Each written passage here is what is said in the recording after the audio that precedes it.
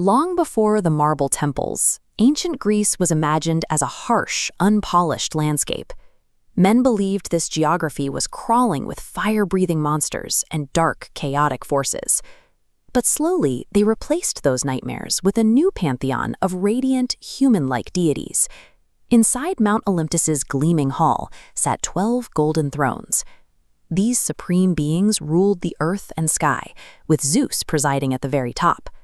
Yet, despite holding absolute power and immortality, these gods were consumed by a very specific recurring terror: the fear that their own children would violently overthrow them, just as they had overthrown their own parents.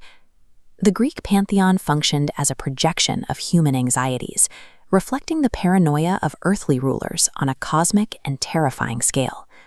That paranoia eventually fixated on Zeus's first wife, Metis. She was the literal embodiment of prudence and wise counsel, and a prophecy warned Zeus that her impending child would strip him of his crown. To prevent this, Zeus relied on a bizarre trick. He challenged his wife to a shape-shifting game.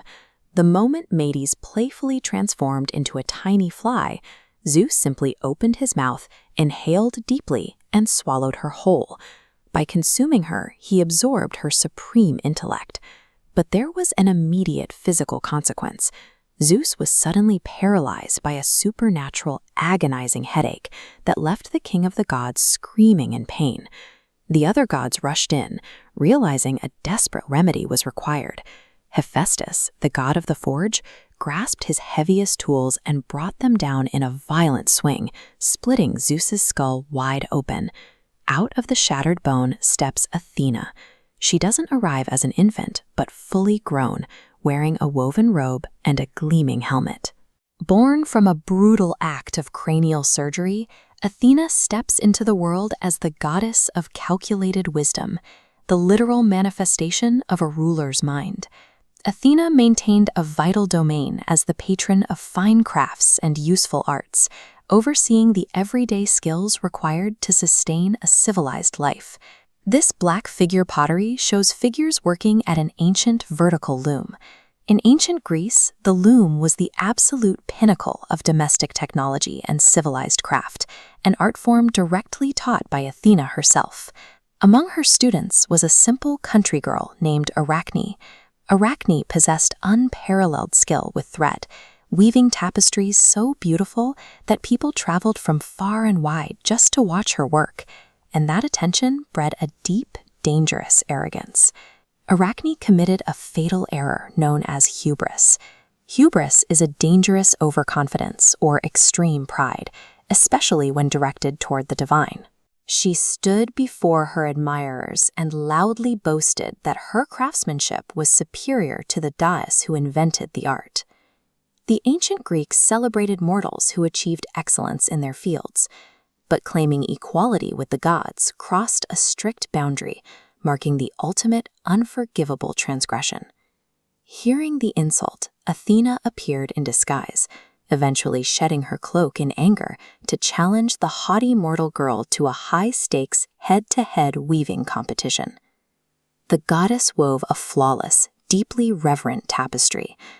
Every sparkling thread in her work depicted the Olympian gods in their full, intimidating majesty. Arachne's tapestry was equally flawless in its technique, but her chosen subject matter was a highly disrespectful, mocking collage of Zeus's various scandals, flaws, and earthly affairs. Athena took one look at this blatant disrespect and erupted in wrath. She struck the mortal girl and violently tore the masterpiece into shreds. The punishment is physical and immediate. Arachne's head shrinks almost to nothing, and her nimble fingers stretch outward into long, spindly legs as she is transformed into a spider. The gods' benevolence extended only to those who knew their place. They demanded absolute submission, and any mortal who disrespected that hierarchy faced permanent consequences. This photograph shows the Acropolis, a massive, flat-topped rock that would eventually become the crowning center of a great civilization. In its early days, two gods arrived to claim the territory. The citizens of the city were asked to choose between them, framing a conflict between two diametrically opposed forms of divine power. The first competitor was Poseidon, the volatile god of the sea and earthquakes. Looking at this bronze statue, you see the embodiment of his character, raw, unpredictable, and violent emotional force. Poseidon steps up to the rock and violently strikes the earth with his heavy trident. The ground splits open, and a massive spring of water gushes upward. The people marvel at the display until they taste it and realize it is entirely salt water. It is an awe-inspiring and destructive display that demands fear.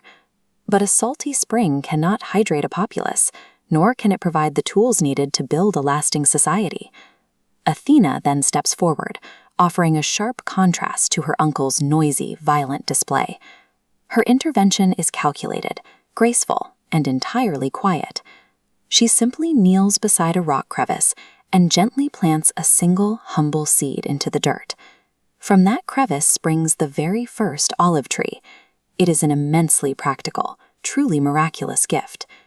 This single tree provides a sustainable, renewable source of food to eat, oil to burn for light, and wood to construct homes. The mortal citizens look at the saltwater spring, and then at the olive tree. The verdict is overwhelming. They reject Poseidon's chaotic might and choose the practical gift of Athena, naming their city Athens in her honor. The ancient Greeks lived in a world dictated by harsh elements and unpredictable forces. They understood the necessity of fearing raw power. But when it came time to build an enduring civilization, they consciously chose to lay their foundation on the quiet, useful ground of wisdom.